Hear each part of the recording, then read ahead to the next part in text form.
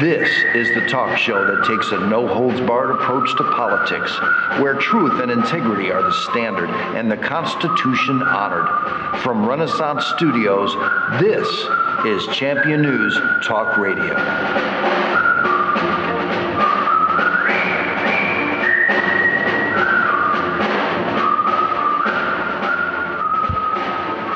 Good morning.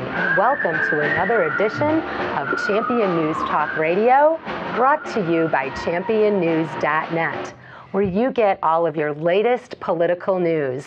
This is Carol Ann Parisi, and our founder, Jack Roser, and myself are speaking with Chris Jenner today, and we're looking forward to a great show. But how are you doing this morning, Jack? Oh, I'm very pleased that Chris is here.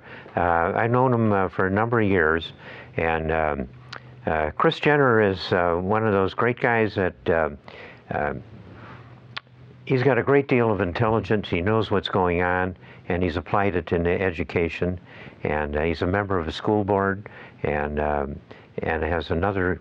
I wish you'd really speak more about the thing. You know yourself better than I do, but I've seen the good work that Chris Jenner has done in the difficult field of education, and he's a pioneer in better management of the K-12 system. Well, thank you for joining us, Chris. Why don't you tell us a little bit about yourself and what you are doing in District 26 in Cary, Illinois? Well, thank you for having me. For a long time, I viewed education as a basic human need, probably right in line behind food, clothing, and shelter, and that's why I've gotten so interested in it. And 10, 12 years ago, I just started seeing something didn't seem right with the young people that were coming out of our K through 12 system. What do you mean specifically, something wasn't right? You look at the writing, you look at emails, there's grammatical mistakes, you look and see people speak, their grammar's not proper. You look at people's ability to add numbers, to just do simple addition, they can't do it without a calculator, and this just didn't seem right to me. I learned how to... Chris, let me just interrupt you very shortly.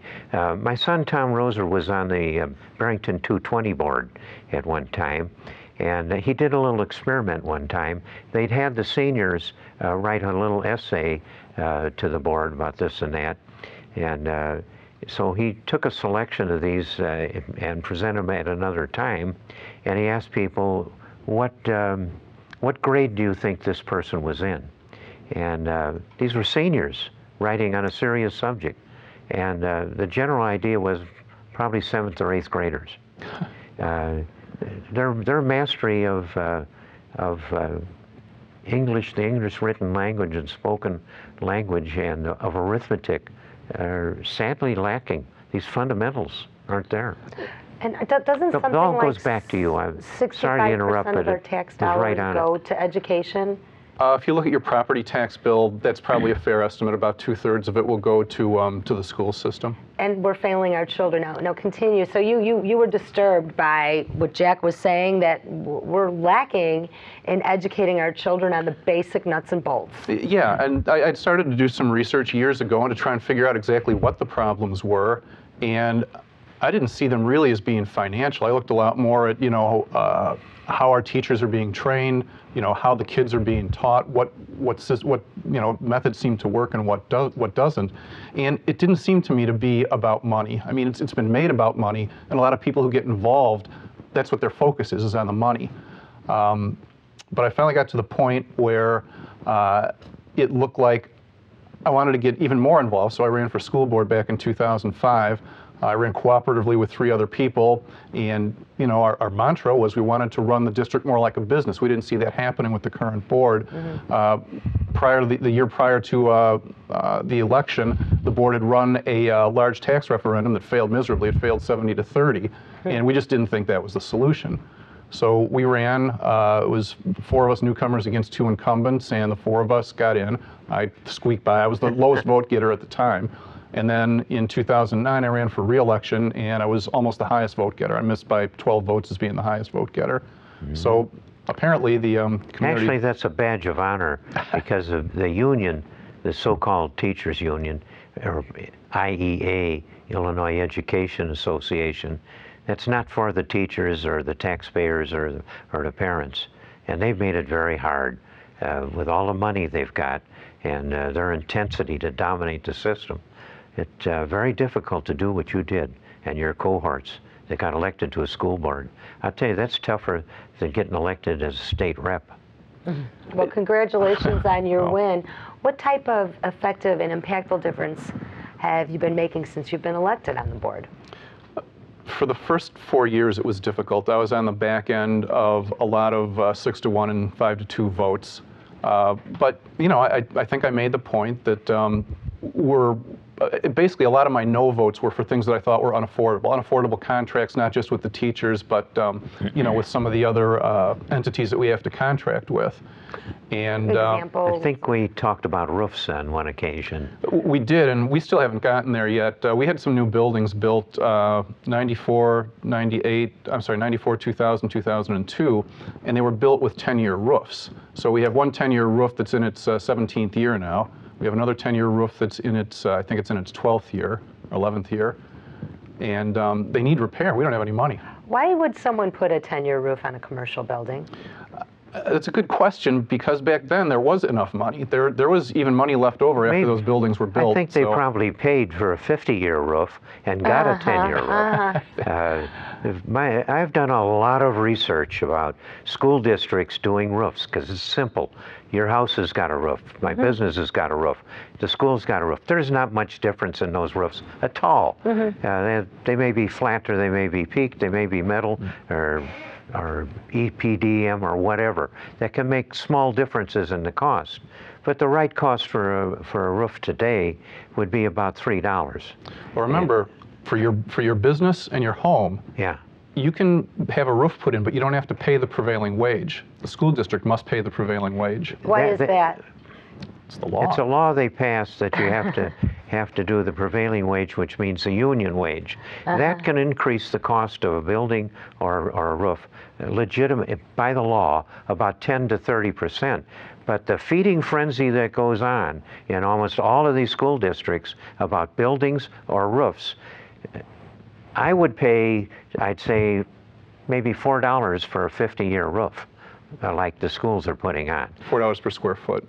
For $4 per square foot. Most of the school districts in recent years have been spending $16 to $24 to $30 a square foot on fixing a roof. $16 is common. They're commonly paying 3 to 4 times the price of a roof, and I can show you exactly why it ends up that way. But I'll tell you one thing, most of the money that is paid out for fixing roofs on a school never gets to the roof. It is a system, and I don't think the superintendent's getting a kickback. I think those guys are so far from being businessmen or crooks or anything effective. I think the money is not going to the roof. It's coming out of the taxpayers. So there is a feeding frenzy, and that could be the subject of another day. But this is commonly what is done, and the cost of their buildings turn out to be 2, 3, 4, and 5 times the square foot cost. They have a building in 220 where I live that they bought an old building and fixed it up. It was a poorly designed building basically, and it's devoted to early childhood education, which isn't particularly what they should be monkeying with babies anyway. But the cost on that building, a large one, $11 million worth, came out to be $308 a square foot. 308. They should be ashamed of spending more than 120. Wow. Prevailing wage is just one example of a law that hamstrings school districts, that forces districts to pay more than they really should have to for various projects. And one thing that I advocate quite a bit for is the separation of school and state. Government just needs to get out. You know, you get government out, all of a sudden it becomes affordable and much more effective as well. And more money left over to educate the children. Absolutely. In a way, aren't we paying a lot of money from the taxpayers to have the children given a propaganda drill in left-wing administration?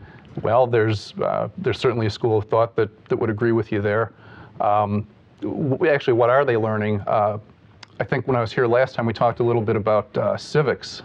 And if you remember some statistics I brought up, the NAEP, National Assessment of Educational Progress, which is our own report card on our own schools, it indicated that, if I remember right, 5% of seniors could understand the checks on the president's power. In other words, 95% of high school seniors didn't understand that there are checks on the president's power. So that would explain a lot of, why we are where we are. And I think we also talked a little bit about some of the international assessments where we're not necessarily at rock bottom. We're in the middle of a lot of these international assessments. But for the money we spend, we ought to be leading the pack all the way, and we're not. The children get an awful lot of study, but lousy information about the environment constantly is pounded into their heads.